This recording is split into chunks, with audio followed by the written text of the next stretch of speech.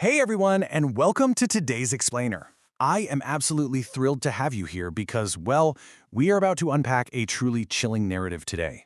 We're looking at some source material that just perfectly captures that subtle, creeping dread of family horror.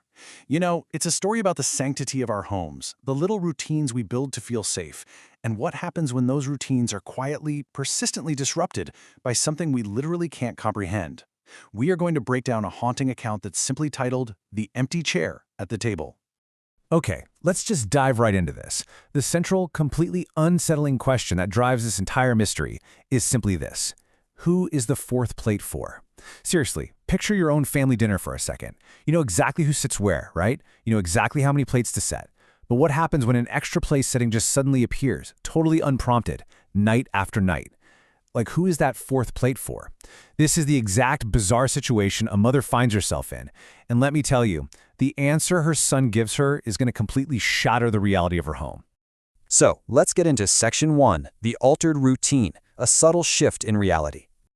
Right off the bat, the source material establishes this incredibly relatable baseline of normalcy. We've got a mother and her super helpful 8-year-old son, Aiden. Now, Aiden's chore is setting the dinner table every single evening. Plates, forks, glasses, the whole 9 yards. It's a comforting, completely mundane family routine. But, as we know, horror usually lives right there in the distortion of the mundane. And that distortion begins right here with the number 4. You see, the family is just 3 people, Mom, Dad, and Aiden. But Aiden starts putting out 4 place settings. At first, his mom just assumes it's a simple math mistake. He's 8, it happens. She quietly corrects it, takes the extra plate away, doesn't make a big fuss. But the very next night, yep, the 4th setting is right back on the table. So she finally decides to just casually ask him about it, really trying not to make it a big deal. And that brings us to this incredibly unsettling quote from the text. When she asks about the extra plate, Aiden looks at his mom like she's the one who's confused, and he replies, just perfectly deadpan, "It's for the man who eats after us, Mom." He actually goes on to explain, with absolute casualness, that this man waits in the kitchen until the family is done eating and that he is always hungry. Honestly, the horror here isn't even just the idea of a ghost. It's the kid's completely nonchalant delivery. He drops this terrifying piece of information and then just walks back to his room like he just reported the weather. Absolutely wild. Let's move on to Section 2, Ignoring the Signs, Adult Rationalization. So, how do adults actually handle the unexplainable? Well, we usually try to force it into a logical box, don't we? When we're confronted with something terrifying, our first instinct is totally just denial. When the mother tells her husband about Aiden's weird claim, he just laughs it off immediately. To him, it's obviously just imaginary friends, and he actually tells his wife she's spiraling and overthinking it. He's relying on that standard logic, kids just do weird things. But contrast that with the mother's reaction. She argues that Aiden is 8, not 4. He's past that typical imaginary friend phase. So she falls into this creeping, silent anxiety.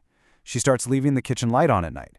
It's this super subtle admission of her growing paranoia, even though she hasn't actually heard or seen anything unusual herself yet.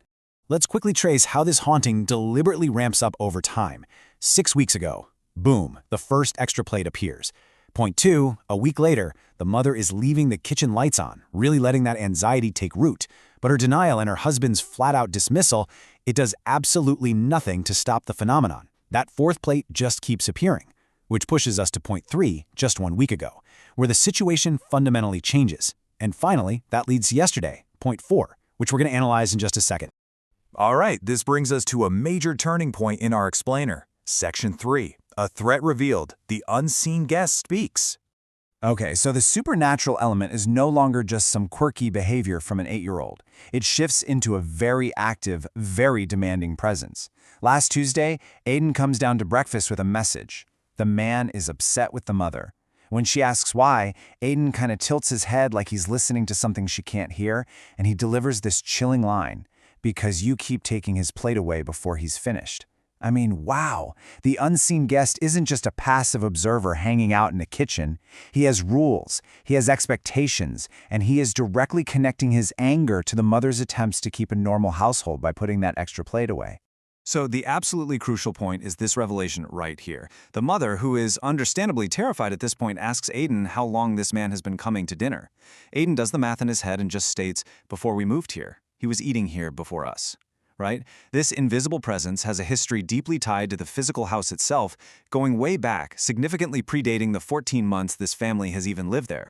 Moving into Section 4, the house's dark history, uncovering the past. Desperate for literally any logical explanation, the mother dives into a frantic real estate investigation. She pulls up the old listing for their home, just begging to find a clue that might explain her son's terrifying behavior. And the facts she uncovers? Incredibly eerie.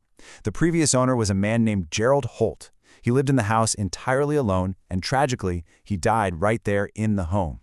More specifically, he died in the kitchen of cardiac arrest, the exact same room where the unseen guest is supposedly waiting every single night to eat. But honestly, it's this number that really carries the weight here. 22.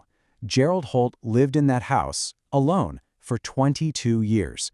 Think about that. Over 2 decades of solitary routine in that exact space. Which makes this final detail she uncovers absolutely massive. According to the paramedic report from the actual day Gerald Holt died, when they found him in the kitchen, his dinner table was already set. And despite living completely alone for 22 years, the table was set for 2. The implication here is just staggering. The mother suddenly realizes her family didn't bring a haunting into this house, they moved into an ongoing arrangement. And that brings us right to the climax of the narrative. Section 5. Appeasing the guest. The chilling resolution. So, armed with this genuinely horrifying historical context, the mother is faced with a huge choice. Keep fighting this unseen entity, or just give in? If we chart her tragic psychological journey, we see it's like a domino effect. She started by enforcing normalcy, correcting the extra plate. Step 2, she tried to ignore the warnings, aided by her husband's total denial. Step 3 was the turning point, investigating the house's history and uncovering Gerald Holt's truth. Which leads directly to Step 4, capitulation. Last night, she didn't take away the 4th plate. She stopped fighting. She just left the plate out on the table after the family finished their dinner, fully surrendering to the paranormal reality of her home. And the very next morning, Aiden comes downstairs, and for the first time in weeks, he actually smiles at his mom. He delivers this final message from the entity. He says, "Thank you." He says the food was perfect. The contrast here is so deeply unsettling. I mean, it's polite gratitude, standard dinner table manners, layered right over the horrific reality that this mother is now actively feeding a ghost in her kitchen. And just to confirm that this is an entirely spectral situation, the source text leads us with this final, haunting image. The mother notes that the plate had been sitting completely untouched on the table all night long. The food hasn't been physically consumed, yet the entity is satisfied. It's the ritual itself, the acknowledgement of his presence and his literal place at the table, that actually feeds him. I want to end today's explainer by leaving you with the exact same powerful thought that concludes our source text. The mother admits she doesn't actually know what terrifies her more at this point. The fact that a supernatural entity was living in their house before they even arrived, or the fact that her perfectly normal 8-year-old son understands exactly how to communicate with it and give it exactly what it wants. It's such a provocative question that turns the horror inward, reflecting it right back onto their own family dynamic.